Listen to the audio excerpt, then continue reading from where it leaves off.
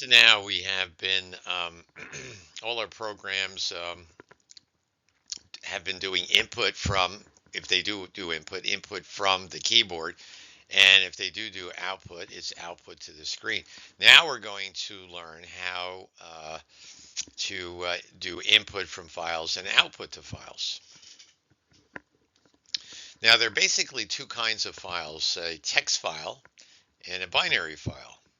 Now when you create a Java program with Notepad on Microsoft system, or you use Nano on a Macintosh system or a Linux system, you're creating a text file. And this is what happens when you type in, let's say, a program that starts with class space program one, and then you hit the enter key to go to the next line. When you type in the letter C, that character, an 8-bit code goes into the computer that represents a little c. Then you type in LASS. For each key you hit, a code that represents that character on that key goes into the computer. Then when you hit the space bar, a code that represents space goes into the computer. Right? Then let's say you keep this up when you type in program, the P in program, a code that represents the capital P. So there are two codes for P, one that represents capital P and one that represents small p. For all the letters, you have two codes. One set represents the capital letters, the other set represents the small letters. Anyway, after you type in that whole thing, class program one, after you hit the one, then you hit the enter key, right? To go to the next line. That enter key enters a code that represents the end of the line. Okay? So for each character that you're entering into a text file, you get in the text file an 8-bit code that represents that character. All right, so you have this Java program in the form of a text file. Then you translate it to machine language, the Java virtual machine language, by using the Java compiler. Well, in the translated version, what you have are numbers that represent various machine language instructions, right? And if you look at the, 8 bits and then the next set of 8 bits, those 8 bits don't represent some character you could type on the keyboard, right? They're just parts of some machine language program. Okay, so the translated program doesn't have this special format where each group of 8 bits. By the way, a group of 8 bits is referred to as a byte, right? B-Y-T-E. A text file, each byte has a code that represents a character. In a binary file, you don't have that. You have information there that isn't representing a sequence of characters that you could type on the keyboard. Now, what sometimes is confusing is that if you look inside a text file, right, you have these successions of bytes, and each one is a code in binary. So if you look inside a text file, it's binary, it's ones and zeros. But when I say binary file, when anyone says binary file, it's understood. So both files, text files and binary files, are really binary files. But when you say text files, you're talking about a special kind of file in which each byte has a code that represents a character you could type in on using a key on the keyboard. All right. So they're both binary, but when one says binary file, you mean not a text file. All right. All right. Let's get into it. All right. If you want to read in a file from a text file, we're talking about text files now. You want to create a scanner that will read from that file.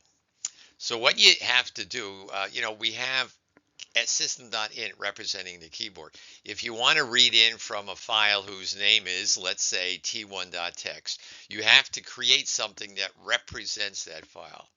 And the way you do it is shown on the first line here. You create a file object. I'm using the new operator to create a file object, and I'm passing the file constructor a string t1.text, which is the name of the file I want to read from. And you get an object, you get a file object, a pointer to it is then assigned to TF, because that's what's on the left-hand side here, TF. Didn't have to use TF, I could use something else, right? That's just some name I made up. TF for me stands for text file, right? And then you create a new scanner object, passing it the pointer in TF. That's what the second line does. And as a result, the scanner object is created. A pointer is returned, which is then assigned to in file. Right? And in file is just some name I selected. All right. So in file now points to a scanner object, which will read in from the file whose name is t1 text.text. Now we're creating this pointer to the file object, and then we're creating an object, a scanner object, passing it the pointer to the file object. We could do all that in one statement. So in this statement, we're creating the file object. That's the argument inside the scanner, the call of the scanner constructor. So that whole structure there, new file, and then the parentheses, and inside the parentheses, that whole thing is going to return a pointer to a file object that represents t1.text. Okay, and then because that's inside the call of the scanner constructor, that pointer to this file object will be passed to scanner, and you'll get created a scanner object which works with the file whose name is t1.text. If instead inside the scanner parentheses I just said system.in, then you would get a scanner object that reads from the keyboard. But here we're passing it a file object, a pointer to a file object that represents the file t1.text. And now we use that scanner pointer in file pretty much the way we've been using. We use the various methods in the scanner pretty much the same way. The only difference is that we now have to specify in file. We have to qualify with the scanner name in file. All right, so here we are in this example. This is not a complete program, obviously. We're creating a scanner object, and KB will point to it, and that scanner object is going to work with the keyboard, right? Read from the keyboard, because I'm passing the scanner constructor system.in. Then I prompt for a file name, and then using that scanner object that reads from the keyboard, I read from the keyboard the file name, which then is assigned to file name. That file name is a pointer that will point to the string that is read in by the next method, which is in the scanner object to which KB points. All right. Then I have this file name from which is the name of the file I want to read from. So I do this business that I illustrated on the previous slide. I create a new file object, passing it the file name, and the pointer to this file object is then passed to the scanner object. So I get a scanner object that's going to read from the whatever file has the name that was read in by the next method. All right, then I go through a loop that just reads in integers from the file, and then immediately after it reads an integer, it assigns it to X, then it uses a print line to display it. So you'll read a integer from the file, display it, read from integer, and then display it. Now at the beginning of this while loop, that first line, if you know, by the way, when you do next int, you say in file next int, right? You have to say in file dot next int to indicate that you want to read from the scanner object to which in file. You don't say KB there, right? If you said KB there rather than in file, you would read from the keyboard, and so you have to say in file, all right? Dot next int. So that just reads an integer, and then the print line displays whatever integer you just read in. The exit test is something new. You haven't seen this before.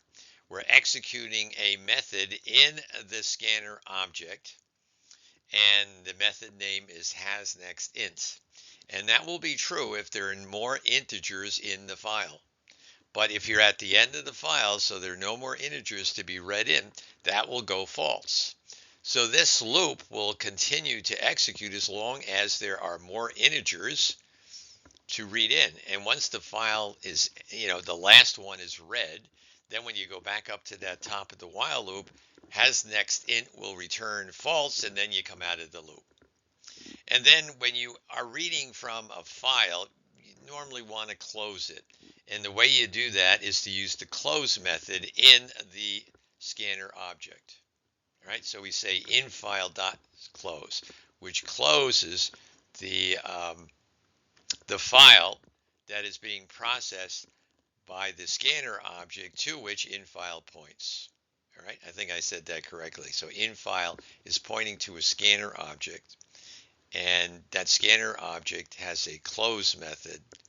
And when you execute that, it closes the file that you're working with. What does that mean when you close an input file? Well, when you're reading from a file, there are various data structures that are keeping track of where you are in the file and stuff like that.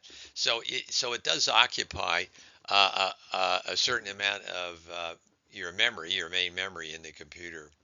So when you close it, then all that space in main memory is reclaimed by the operating system, and therefore it can be used for another purpose. But if you don't close it, then it just sits there, and if you don't do any more reads, then it's not serving any useful purpose. It's just occupying a resource, your main memory.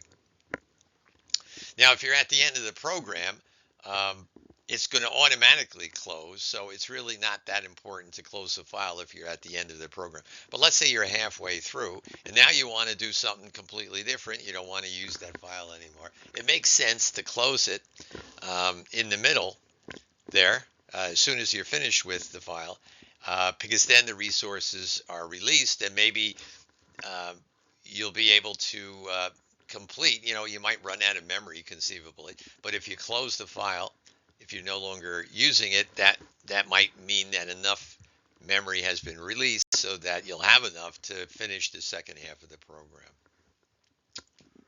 All right.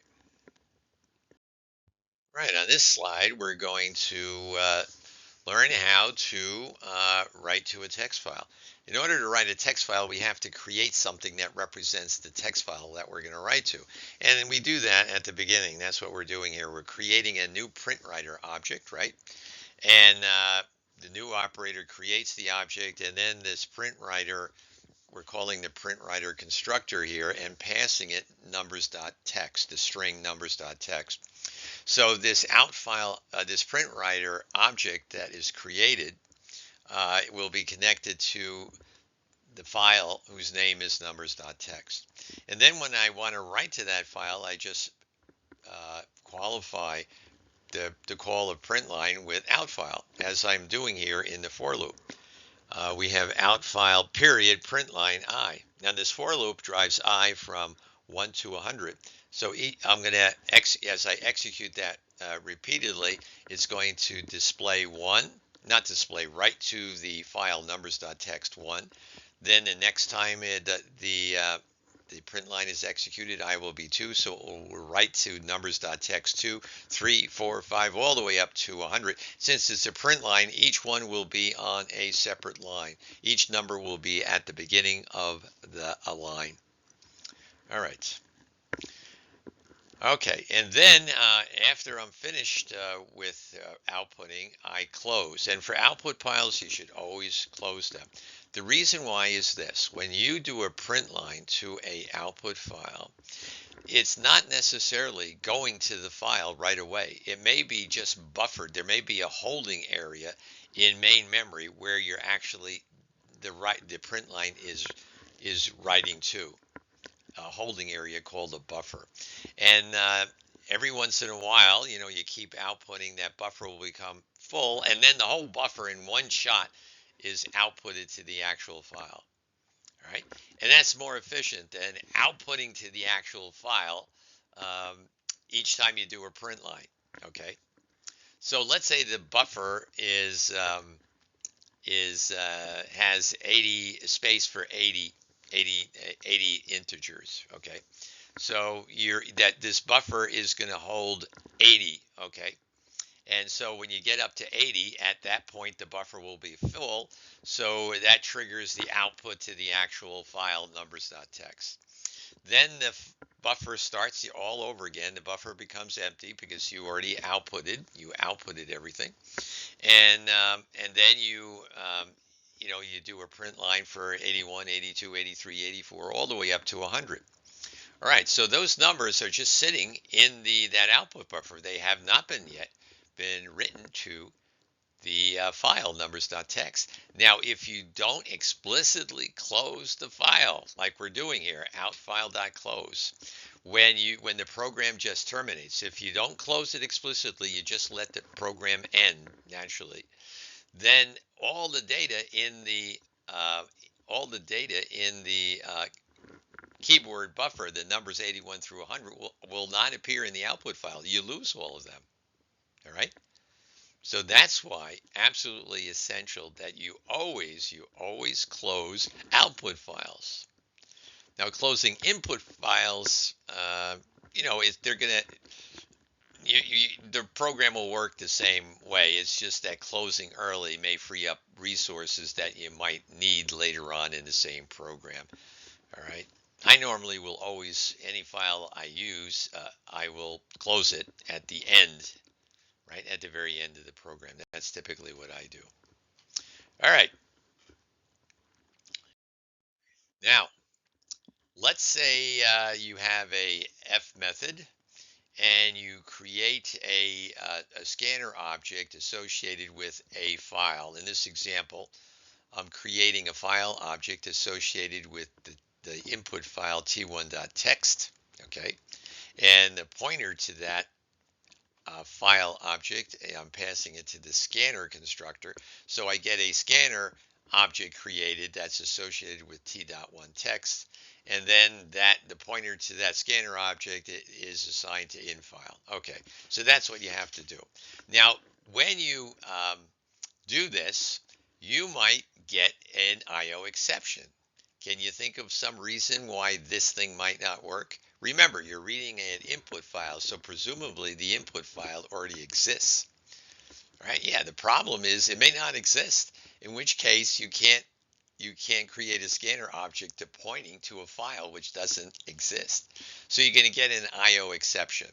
Now remember, an IO exception is a checked exception. So you either, have to enclose this thing in a try block and then catch a possible IO exception with a catch block. Or if you don't do that, if you just write it this way with this code not in a try block followed by a catch block, then you must in the header for the method, you must have at the end throws IO exception. You got to do one of those two things. You got to catch the exception because an IO exception is a checked exception, or you have to indicate that there's the potential that an IO exception object is going to propagate up to the caller of F. Okay? All right. So here we have one alternative, and that is to put the creation of the new scanner object in a try block, and then to catch if an IO exception occurs to catch it. Then you don't have to, nor should you, follow, the F parentheses with throws IO exception, because an IO exception is never going to propagate up because it will catch, it's going to be caught by the catch block. Now you might still have to put it there if, let's say, you did some other statement which could cause an IO exception, which is not in the try block. So you could have, in fact, a catch block for IO exception, but down below, lower in the program, that creates an IO exception, in which case you would have to say throws IO exception. But if this is the only place you could get an IO exception, then an IO exception cannot possibly propagate up to the caller of F. So in that case, you should not tag on to the header there, throws IO exception. Now, for some strange reason, we should set infile equal to null. And then, of course, in the try block, it will be set. You have to initialize it to null for some strange reason. And for another reason, we don't want to have the declaration of infile inside the try block, right? We declare infile before the try block, and then we just simply use infile inside the try block. Okay, so let's say we delete that first line, scanner infile equals null, and then we just put scanner at the very beginning of the line in there. So in that case, you're creating the scanner object and assigning it to infile, right? Because it's right there. The trouble is the use of infile, because it's inside a block, is going to be local to that block. The only place you could use it is inside the try block. You know, if you declare something inside a block, a try block, then the only place you could use it is inside that block. And we're going to want to use infile later on in the program to read from the t1.txt file, right? So that's why that's easy to understand, right? That's why we really want to declare, have to declare infile, you know, which is the scanner pointer before the try block. And so by doing that, then I could use it anywhere in the F method. It's local to the whole F method. I could use it anywhere in the F method. If you declare it inside the try block, you could use it only inside the try block. It's local to the try block. All right, now we're going to get a compile time error here having to do with line 15. All right, why is that? Well, when you get to line 15, it may be that an IO exception occurred, that there is no t1.txt file. So if that's the case, the construction of the scanner object is not going to complete, and you won't have anything assigned to infile. Now, infile, as a result of line 4, doesn't have anything in it. It doesn't have anything in it at all. So anyway, if you get a IO exception, all right, if you get an IO exception from line 8, you catch it, you know, in that catch block that starts on line 10. Then you're going to go to line 15, and you're going to attempt to use infile, but infile doesn't point to anything because the IO exception occurred. And it occurred because there's no t1.txt file, so it wasn't possible to complete. And believe it or not, the compiler will detect this particular error, okay? Because it's possible to get to line 15, all right, without having a value in the infile pointer. So obviously that would be an invalid.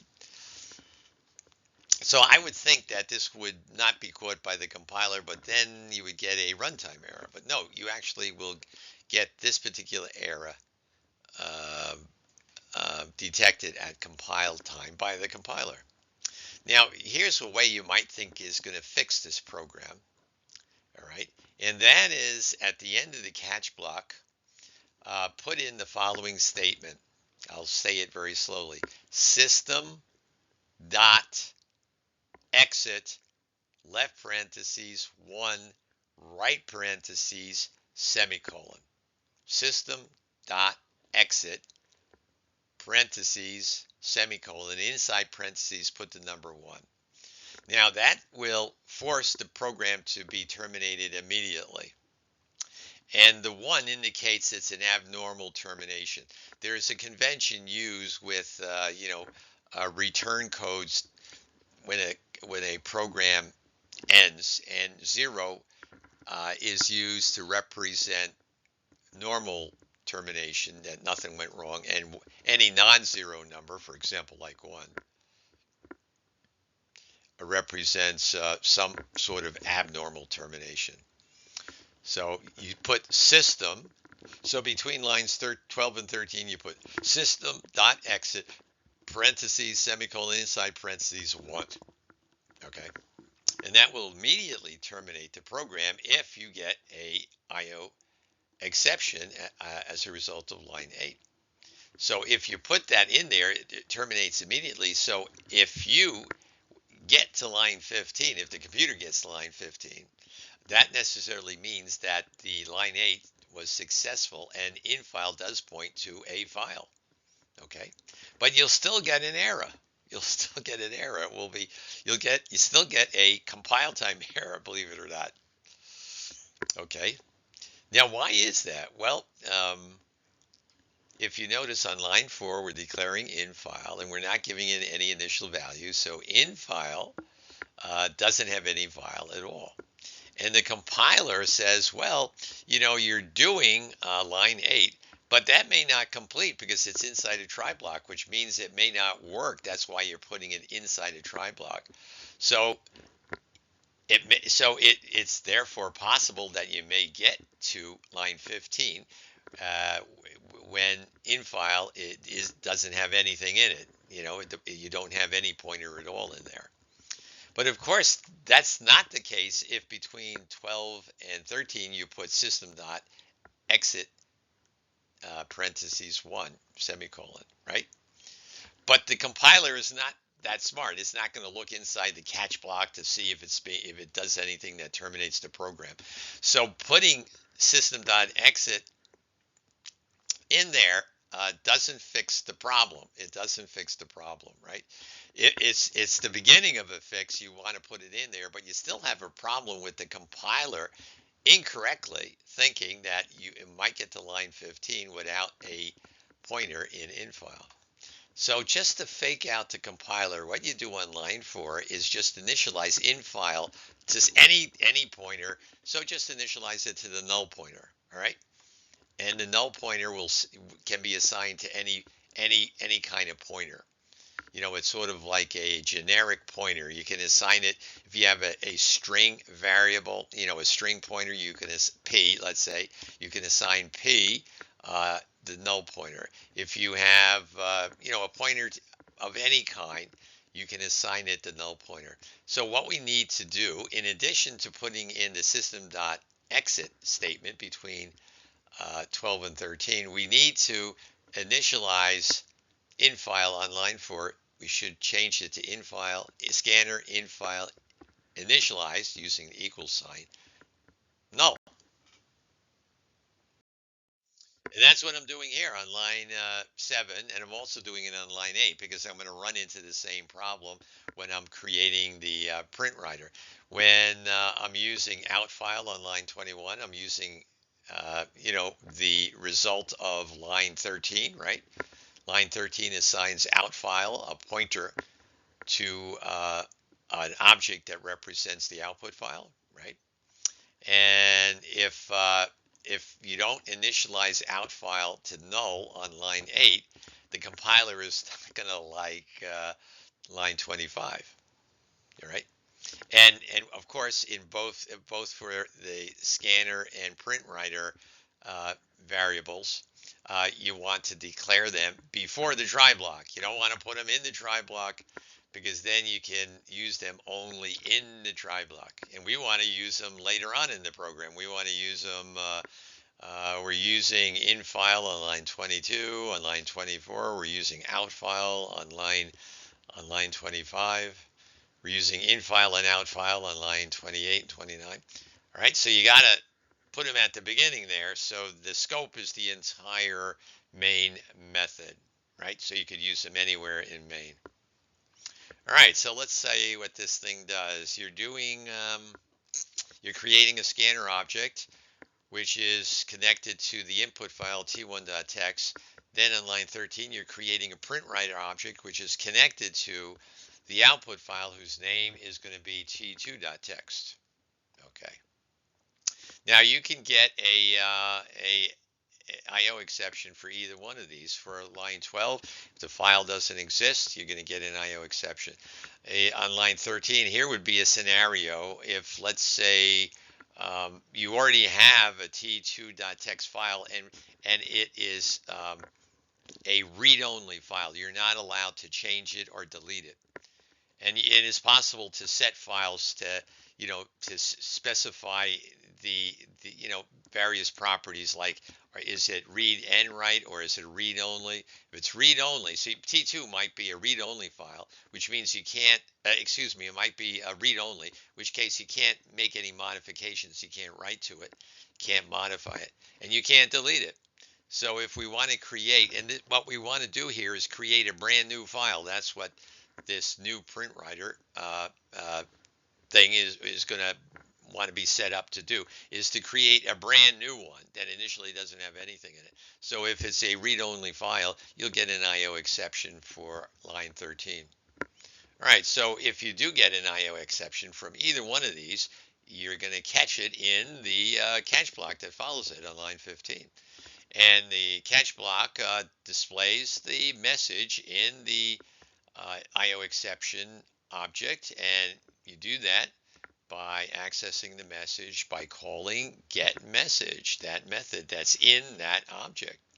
And E, the parameter on line 15, receives a pointer to the IO exception that that block is catching. So E is pointing to the IO exception, right? And then IO exception object, and in there's a get message, so we're calling it. On line 16, we're calling get message that's in the object to which E points, and it displays the error message. Then we use system.exit to terminate the program, right? Line 18. Now, if we don't do the catch block, if the statements inside the try block are okay, then we will reach 21, where we declare S to be a string.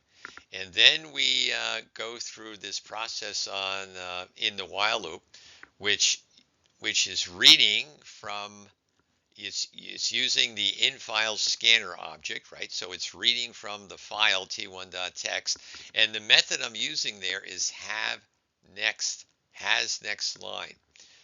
Okay, now what does that do? That checks to see if I have any more lines in the program. If I don't have any more lines, I'm done, right? So if there are more lines, then that's true, and I'll execute the body of the while. But if there are no more lines, then I want to just finish, right? So if there are no more lines in the program, I will, has next line will return false, which means I jump out of the while loop, and I go down to the bottom where I close my input file and I close my output file. Now, if you deleted line 28, it's still going to work fine, right? But if you delete 29, you're may run into this problem where you lost some data because it's just sitting in the buffer, and that buffer was not yet written to the disk. Okay. All right, and then in the in-file scanner object, there is a method called nextLine, which is another method in there. I think in the previous example, we used nextInt. Here we're using nextLine. So what does that do? Yeah, guess what? Look at the name, right? It's going to read in an entire line, right? And it will assign, and it reads in that entire line, and it will return a pointer to that line. That line will be read in as, it will be a string, right? And because you're reading a line of a text file, so that's just some string of characters, and the pointer to that string will then be assigned to that. The right-hand side will return a pointer to that string, which will then be assigned to S. So S is a pointer to some string, and then the print line on line 25 will display that string. Okay, and you should do that for every line. Now, if you look at the t1.txt, by the way, what you should do is run this program in the previous one. The previous one just uses nextInt, read, and then just write the integer read. Read, write the integer read. And so you get each integer coming out on a separate line, left justified, which means way over on the left of each line. However, this one just reads one line, and it reads whatever's on that line. If you have, let's say the first line is space, space, space, 1, space, space, space 2, and then that's the end of the line. That's going to read that whole thing as a string. So you're going to get out space, space, space 1, and space, space, space 2, and then that would be the whole string, which is assigned to S, and then on line 25, you would print out that whole line. So you're going to get out the same numbers displayed, right? But the formatting is going to be different. And if you look at T1.text, there are some lines that have more than one, integer. So they will appear in this program, in the output produced by this program, all on one line, but they will appear on separate lines when we're using next int, next int, next int. When you use next int, it skips over white space. But when you use next line, it just reads whatever's on that line, including any kind of white space you have on there. All right, so we have the previous program read from the T1.text file, one line at a time, and then it displayed each time it would read a line. It would then, using a print line, it would do a print line not to the keyboard, not to the display monitor, but to the file t2.text. So here's another program that will do exactly the same thing. So this program and the previous one will produce a T2 file, identical T2.text files. However, notice in this program, I am not surrounding line 7 and 8 with, I'm not putting it inside a try block. And it's not followed by a catch block. So we can get either from 7 or 8 an IO exception, okay?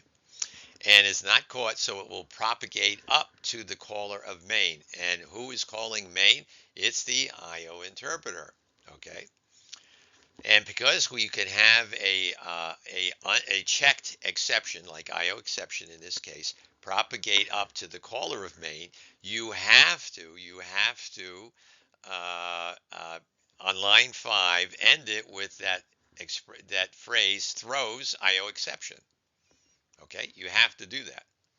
All right, if it weren't if it were an unchecked exception, you don't have to do that. But an IO exception is checked, so you either have to put it in a try, the statements that might produce the IO exception in a try block and then catch it, have a catch block following it. Or if you don't do that, as in this case, you have to say throws IO exception. Okay. And once again, and the rest of the back end of this program is the same as the other one. And notice we're closing the output file. Don't forget to close the output file. You might try doing that also. Let's see. Now, I think you may find that just experiment. Try with a bunch of different T1.text files. Maybe the one that's given, and then try it with one which has a whole bunch of numbers. Let's say 1,000 numbers, and see if you get all 1,000 out if you omit the line 18. Right? Just experiment with it. And that's a good thing to do, because when you experiment with it, you're going to be convinced of the correctness of what I'm telling you, right? Number one, that's number one, which is a good thing. I want you to believe what I am teaching here. And the other, even more important, however, is it reinforces this idea that, output to a file is buffered, and if you want to ensure that everything that's been buffered has been written, you got to close the file before the program terminates. All right, so binary file. Okay, let's say you in a file,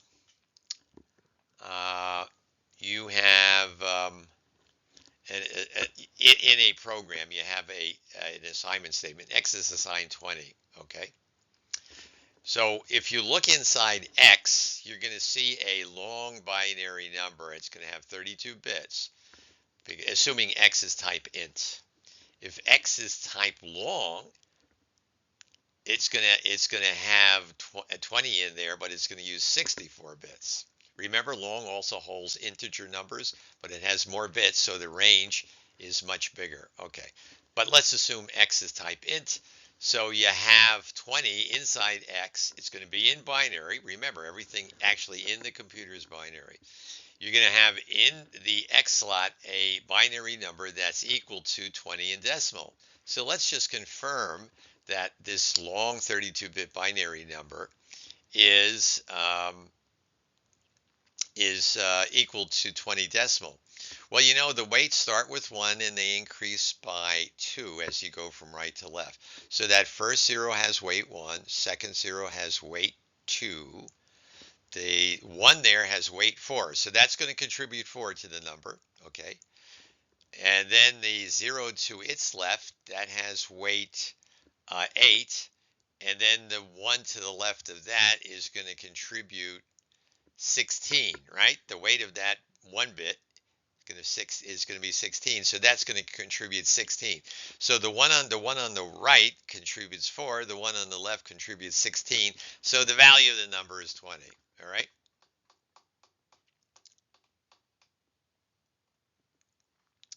All right. Now, if you write X to a binary file, not a text file. We've been talking about text files. If you write X, what's in X to a binary file, that's what's going to go into that file. All right.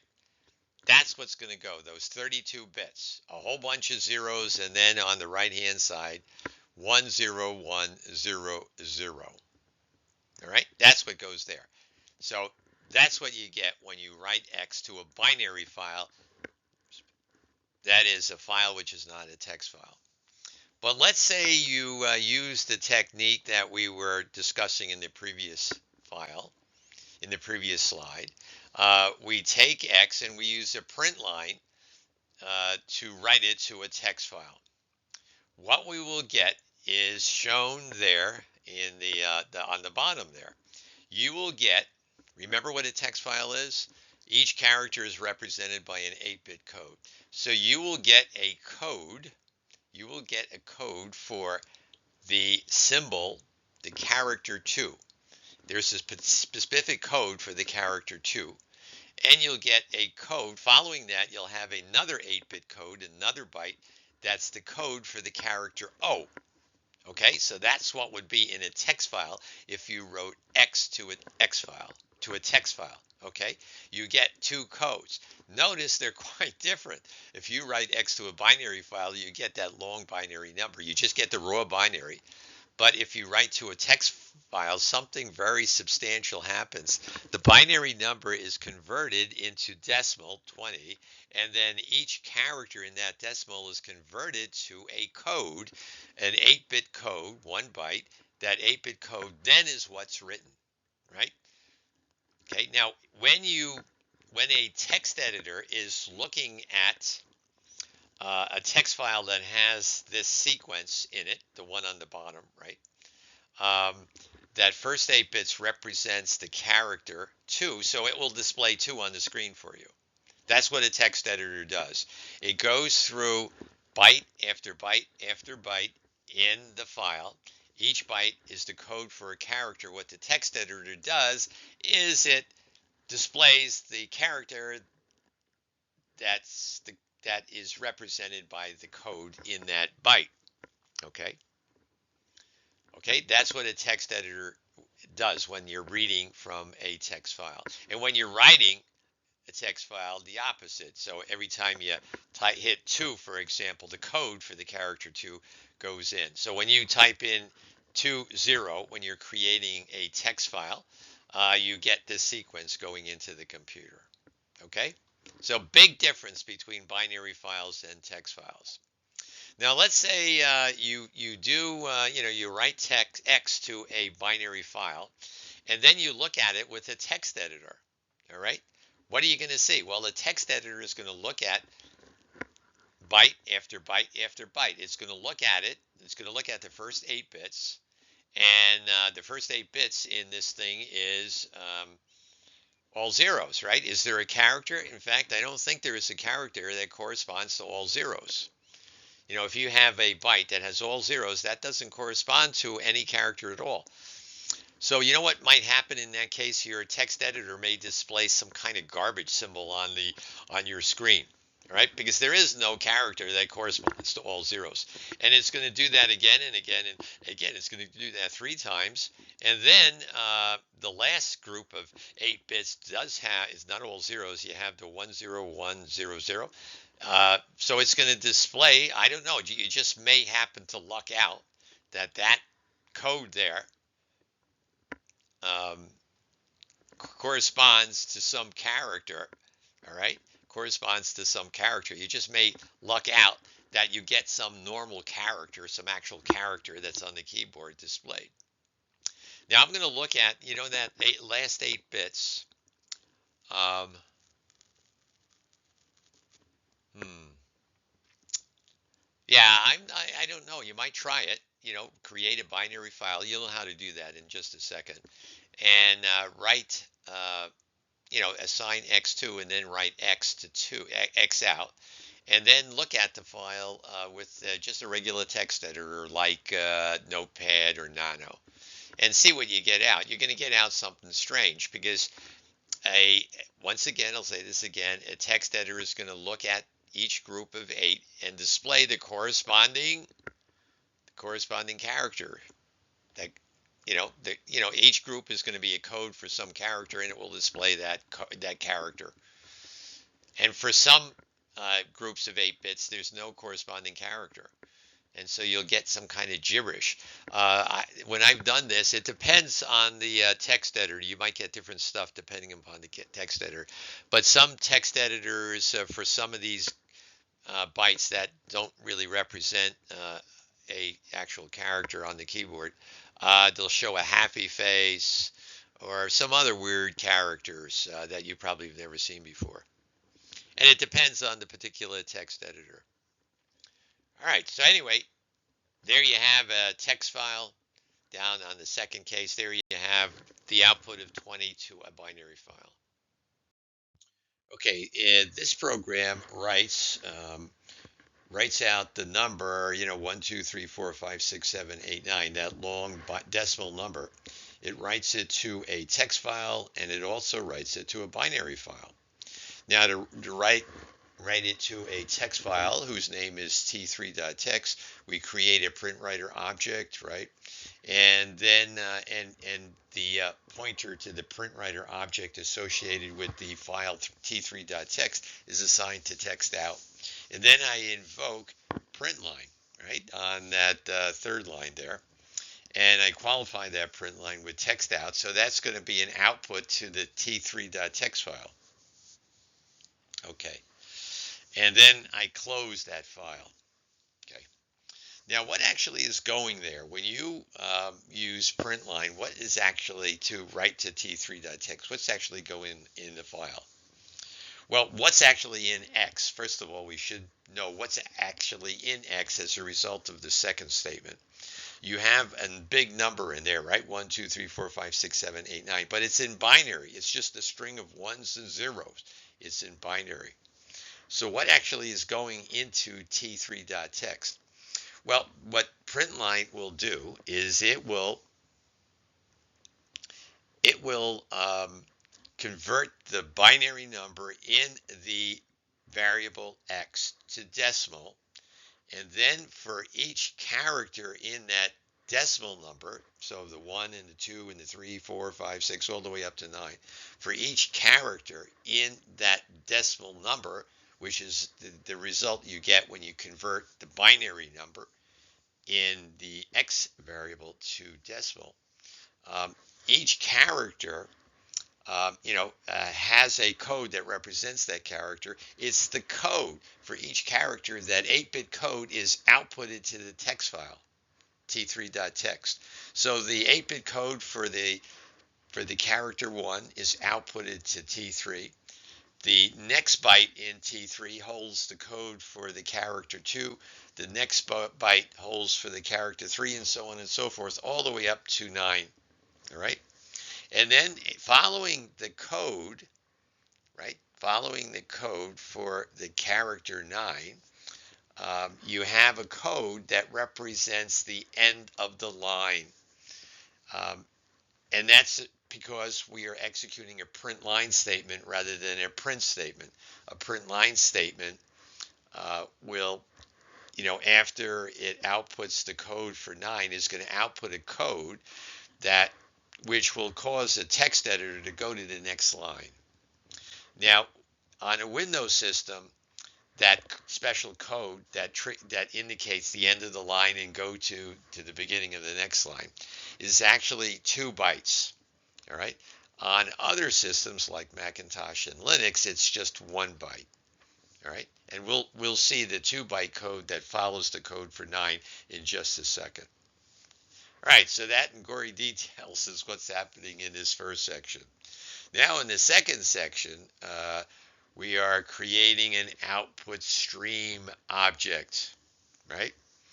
And in order to do that, you first have to create a file output stream object and pass the constructor for that class, b1.bin, and then that pointer to that object, that file output stream object, is then passed to the constructor for the data output stream.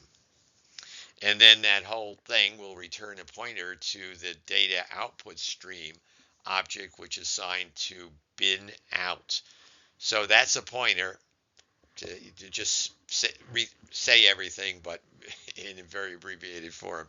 Bin out is assigned a pointer to an object which represents b1.bin.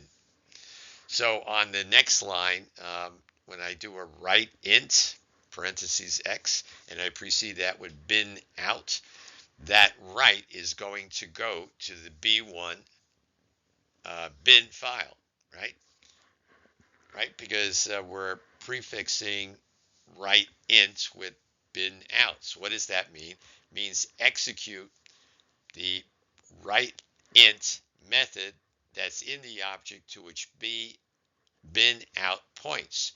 And b out points to the object that is connected to the b1 bin file. So when you execute that statement, you're going to output the contents of x to b1.bin, and then we close. Now, what's actually in x? A long binary number that equals the decimal number 1, 2, 3, 4, 5, 6, 7, 8. What actually gets written to the b1.bin file is that exact stream of bits.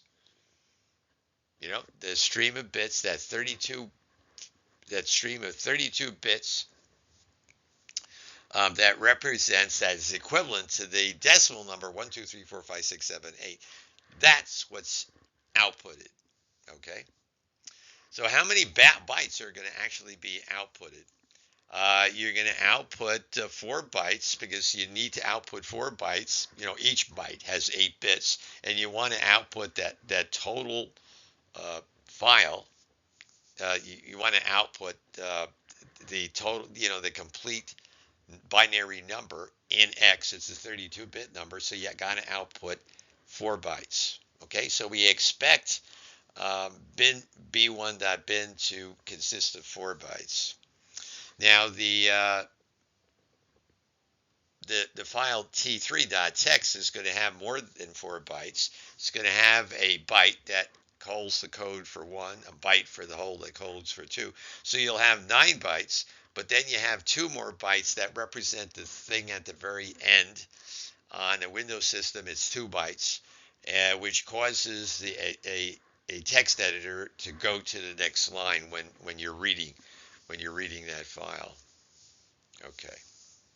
All right, so if you have that straight, let's go to the next file in which we really get into the nitty-gritty of t3.txt and b1.bin.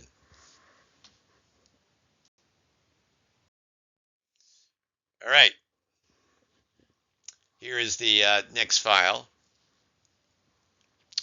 And what I'm doing, in this file, I have already compiled and run the previous program that creates t3.txt and b1.bin. I've already run that program. So the t3.txt file and the b1.bin file exist in the directory I'm currently positioned in. And what I want to do is look at what's inside those files. And I use a program I wrote that's called C. SEE. And you can see it there near the top on the third line. You see a long prompt that ends with the greater sign. Then you see SEE, which is the program invoking, and I'm passing it via the args. Well, actually, yeah, I'm passing that program the name of the file I want to look into, which is t3.txt. Okay. Now, if you look, you know, and then the next thing you get out a message, see a file version 6.2 copyright 2010, and I'm the author. All right. Then the next line, you skip, there's one line that's skipped. Then the next line, way over on the right, has uh, has what you would see if you looked at t3.txt with a text editor. Now remember what's in t3.txt. Each byte has a code that represents a digit in that number, that number 1, 2, 3, 4, 5, 6, 7, 8. So if you look at that file with a text editor, what does it do? It doesn't display what's in the byte. It displays the character that corresponds to each byte. So that first byte holds the code for the character 1, so it will display 1. The second byte has the code that represents the character 2, so it will display 2. So the thing over there on the right is what you would see if you looked at the program with the text editor.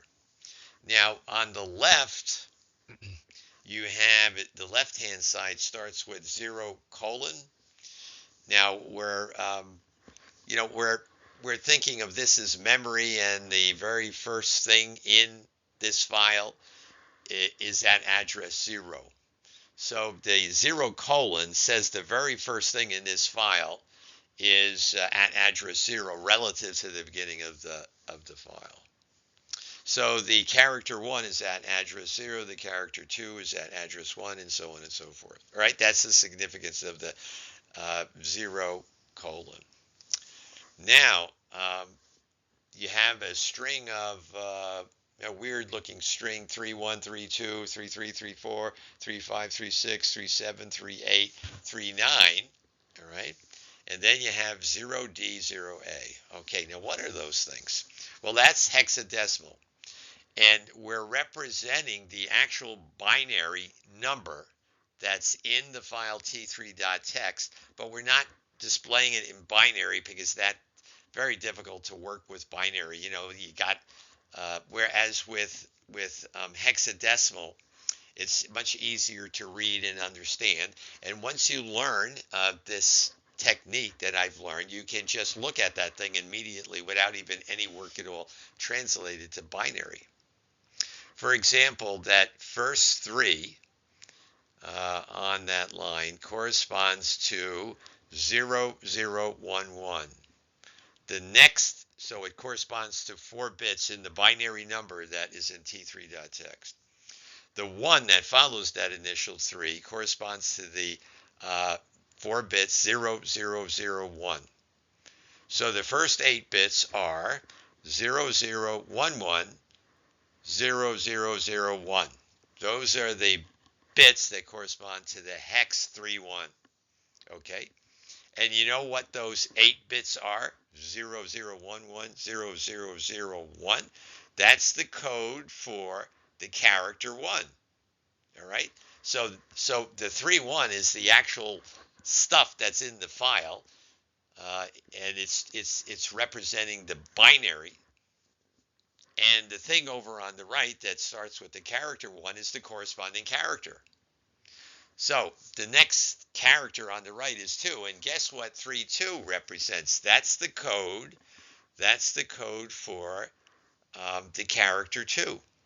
And that code, that 32, represents the following 8 bits: 0011, 0010. And then if you go way over on the right, you see the last code there, 39. That's the code that corresponds to the character 9. So when a text editor sees that those 8 bits that are represented by 39, it will display on the screen 9, which is my C program is doing way over on the right. But then you have the 0D and the 0A. Now the 0D has a name. It's called the return code. And the 0A has a name. It's called the new line code. So at the end of, when you got the codes for 1 through 9, then you have the code for return followed by the code for new line. Okay, and that indicates you're at the end of the line. And when a text editor sees those two things on a Windows system, 0D, 0A, it causes the cursor to go to the beginning of the line. And the reason why that came out is because we used the print line. Remember what print line is supposed to do. It's supposed to, display something in a file so that when you subsequently look at it, you after the 9, you're going to be going to the next line on your display screen. Okay. Now it turns out that 0D doesn't. 0D is not a code for any character you could type in. All right, it's not a code for any character. So the period that immediately follows the 9 on the right hand side, that period just says there's something. There is an 8-bit thing there, but it doesn't correspond to a character. So my C program just displays a period there. Okay, and then 0A, which represents the new line code, there's no character on the keyboard, that is represented by 0A. So my C program just displayed another period. Okay? All right. So once you know how to convert hexadecimal to binary, you know instantly what those what the I think it was a total of let's see, 9, 10, 11 bytes, exactly the binary number in those 11 bytes. Okay. Now one more thing before we go to the b1.bin example. On a Linux or a Apple computer, if you do a print line, it will end the line not with 2 byte, the 0D, 0A. It will end the line with just 0A. So they just use 0A to indicate the end of the line. And if you look at it with the text editor, there's just the 0A will cause the cursor to go to the beginning of the next line. Okay, so the end of line marker on a Windows system in a text file is return new line. But on a Linux or Apple system, it's just new line, which is the 0A. All right, so this is a nice program because it allows you, if you understand hex and know how to convert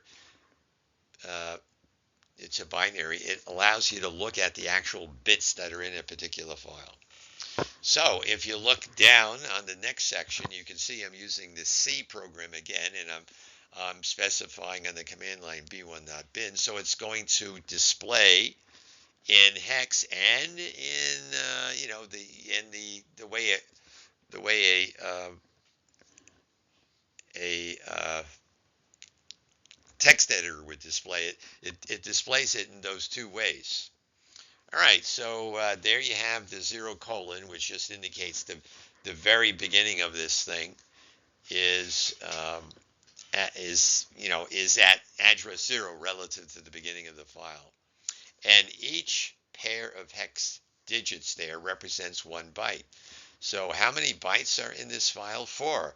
07 is 1 byte, 5B is another byte, CD is a third byte, and 15 is the last byte.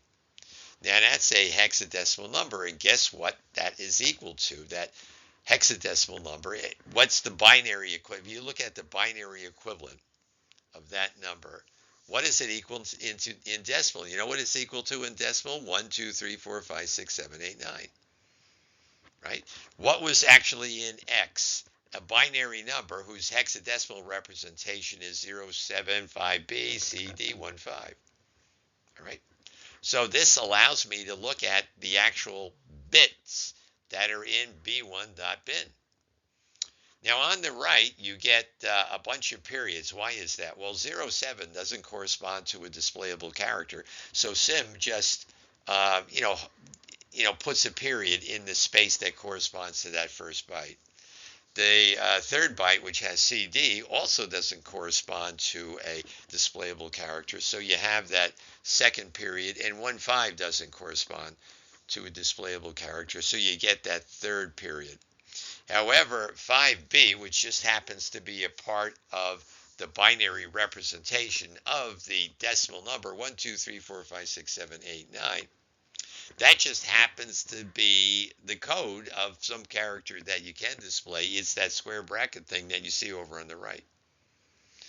So we're not really representing characters here, but you do see when you do happen to have a byte that just coincidentally has a value in it that corresponds to a code for one of the characters, you'll see that character when you on the right when you display it with the C program.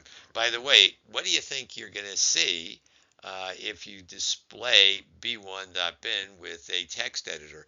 Well, you'll see that square bracket, right? Because the square bracket corresponds to 5b, which just happens to be the code that represents the character square bracket. Now, you may see periods in the other positions, but you may see some weird looking stuff. Like for the 07, it might be displayed with a happy face. It all depends on the specifics of the text editor that you're using.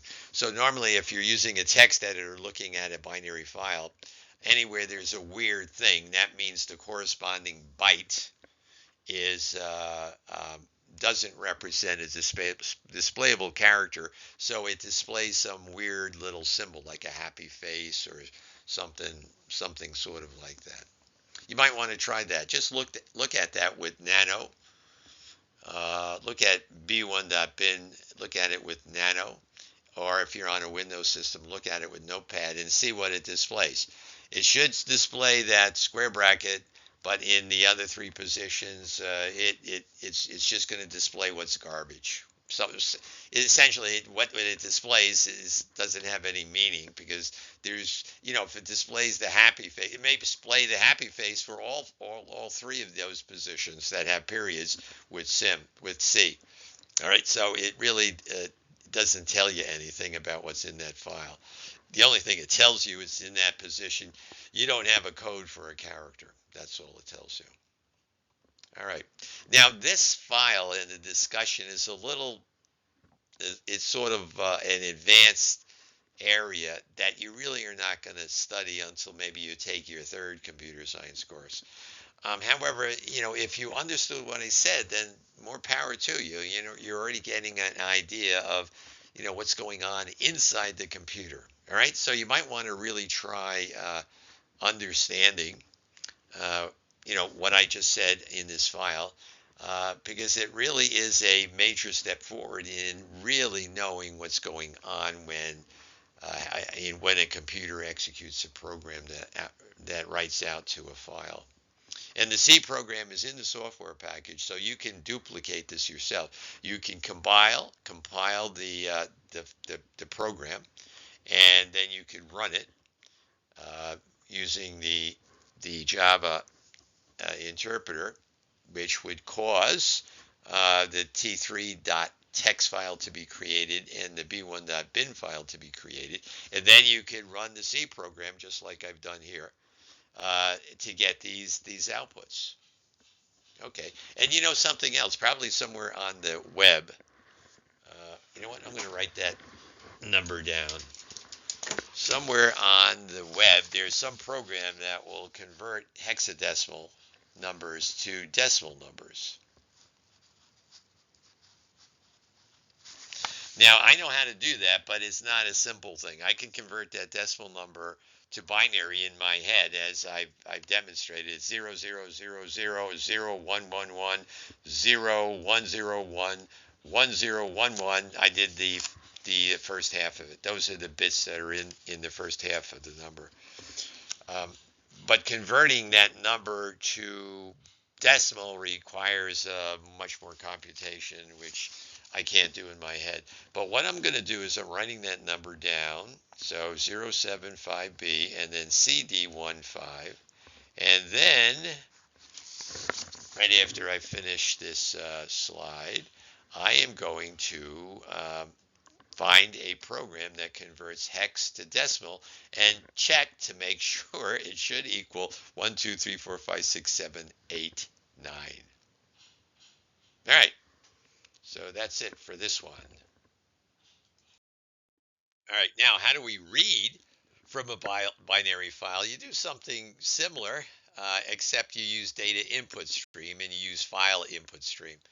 So in this example, args0, what is arg0? That refers to the first command line argument. When you invoke this program, you say, when you run it, you say Java, Java, space, bin, you enter bin in example, the class name. And then following that, you write in, let's say, b1, b1.bin, okay? And that's the command line argument. And that command line argument is accessed via the args array. Remember, args is a string array, right? If you look at line 5, what is args? It's a string array. In the first slot of that, a string array is the pointer to the command line argument that I specified in my example. It's b1.bin.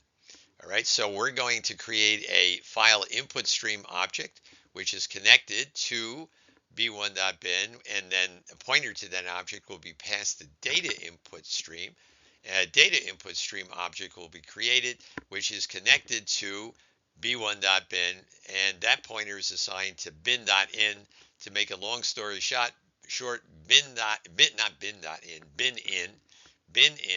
that variable on line 9, bin in, is a pointer that points to something that represents the file b1.bin. All right, that's the key thing you want to remember. Bin in it has a pointer in it that's pointing to something that represents the file I want to read from, which in my example is b1.bin. Okay. Then we have what looks like an infinite loop. It's really not an infinite loop. So on line 16, we're invoking the readInt method in the object to which bin.in points, which is an object that represents the b1.in file. Okay. And then, so that number comes in, and it goes into X as the original 32-bit number, right? Okay, you got the original 32 bits in b1.bin, and those 32 bits are just read back in. So this is very efficient, no conversion taking place, because you're just getting 32 bits from the file and putting it in X. And then we're using print line. Remember, print line involves a lot of conversion. That 32-bit number is going to be converted to decimal, where each symbol in the decimal number is represented by its code. All right. So that and that will be sent to the screen, and your screen will display 20. All right. Now, isn't this a infinite loop? Well, no, it's not. And why isn't it an infinite loop? Well, we're reading ints one after another in this file. At some point, no matter how many ints are in this file, you're going to run out of ints. And so you'll get a exception when you attempt to execute line 16 when there are no more ints to read. Okay, so you get what's called an EOF exception. That's the type of exception you'll get. And that will cause, since this is in a try loop, that EOF exception will be caught by the catch block that starts on line 20. And what I do in there is I just then close the input file. So I'm using the exception, the EOF exception, to exit the loop. That's basically the EOF indicates when I should get out of the loop. And so I just go to the catch block, I do the close, and then I'm all done. All right.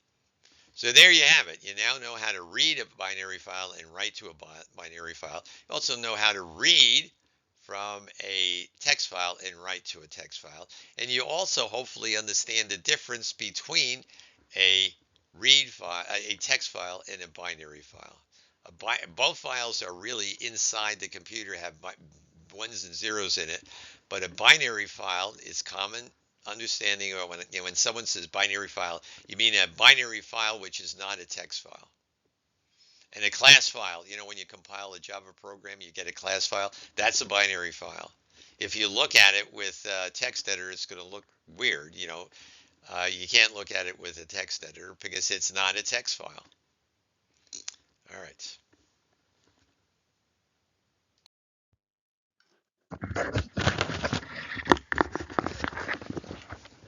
Okay, here we have all the methods that are in a data input stream object and all the methods that are in a data output stream object. And for each primitive type, we have a method. So, for example, in data input stream, you have the read byte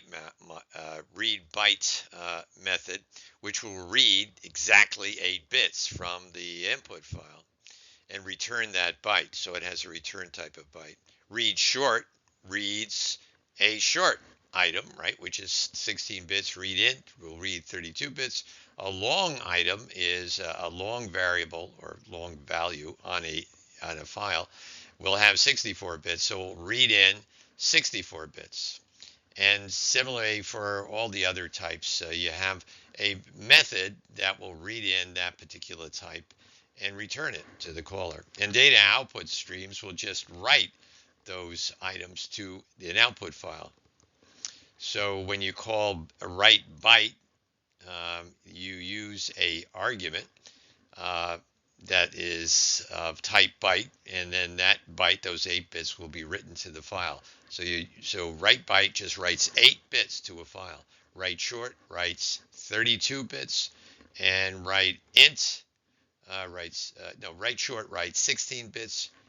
Write int writes 32 bits, and write long writes 64 bits. Write float writes 32 bits, which is the number of bits for a float item, and write double will write 64 bits. Okay. And write char, I believe that will write 16 bits, 2 bytes. Character is represented with 2 bytes. Write boolean writes just 8 bits, 1 byte. And write string writes, the entire string, whatever it is. So that depends, how many bytes are written depends on the length of the string. All right, so here we have the hierarchy of exceptions. At the top of the hierarchy, you have the class exception. And runtime exception is a subclass. And then you have a whole bunch of subclasses of runtime exception. And one of them is no such element exception, and a subclass of that one is input mismatch exception. And all those on the left are unchecked, which means if you don't catch them, you don't have to do something at the right side of the method header. On the right-hand side, however, you have checked exceptions. So a subgroup of exception is IO exception, and a subclass of exception is an IO exception, and then EOF exception and file not found exception are subclasses of IO exception. So everything there on the right is checked. And what does that mean? It means that if you have a method and it may propagate to the caller an IO exception or EOF exception or a file not found exception, if you don't catch it, you have to say in the header of that method throws EOF exception or IO exception or whatever. Now, remember what I said a long time ago about subclasses. Let's say you have an A class and a subclass B. Okay. And since B is a subclass of A, it will inherit everything that's in A. Okay. So if you create a B object it will have everything that should be in an A object, right? So in a very real sense, it's an A object with something extra, okay? So a EOF object, which is a subclass of IO exception, is a IO exception object, but it has something extra in it, all right? So if you have a catch block that starts this way, catch left parentheses, IO exception, left parentheses, sorry, let me do that again. So if the catch block starts with catch, then left parentheses, IO exception, space E, close parentheses. So if you have a catch block that's set up to catch IO exceptions, it will also catch an EOF exception. It will also catch an file not found exception. Why? Because an EOF exception is also can be viewed as an IO exception, right? Because an EOF exception has everything in it an IO exception has. All right.